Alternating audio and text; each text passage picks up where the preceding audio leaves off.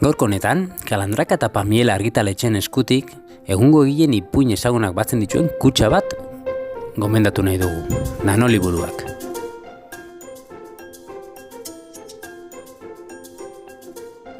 Amets handiak gordetzen dituzten liburu txikiak dira. Ez dira edizio handien bezain ederrak, baina haur literaturaz gozatzeko baliogarria dira, eta prezio aldetik be merkeagoak dira.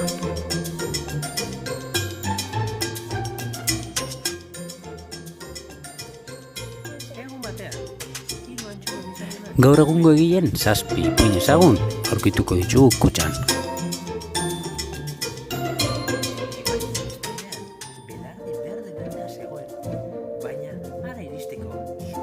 Tximel eta Belarriak, Luis Aguilarrek idatzi eta Andre Nevesek ilustratutako liburu aparta. Besten burlak jasan beharrean egoten direnei bereziki mezu ematen die liburuak.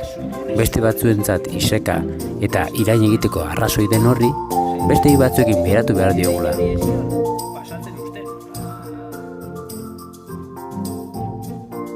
Antxume bizardunak. 3 antxumeren historia da hau. Bat handia, beste bat ertaina eta beste txikia.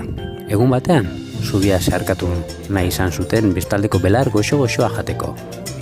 Olaia Gonzálezek idatzia eta Federico Fernándezek ilustratua. Txaguak izeneko liburua.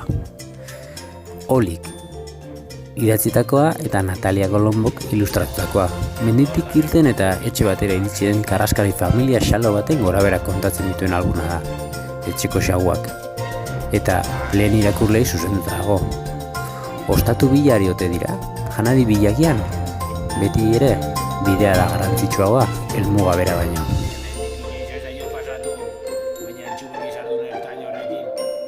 Barbantxo ipuin klasikoa ere aurkituko dugu.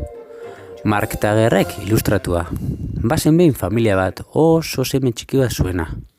Garbantzu bat bezain txikia. Horregatik, Barbantxo izena eman zioten. Ezagutzen duzu, ezta?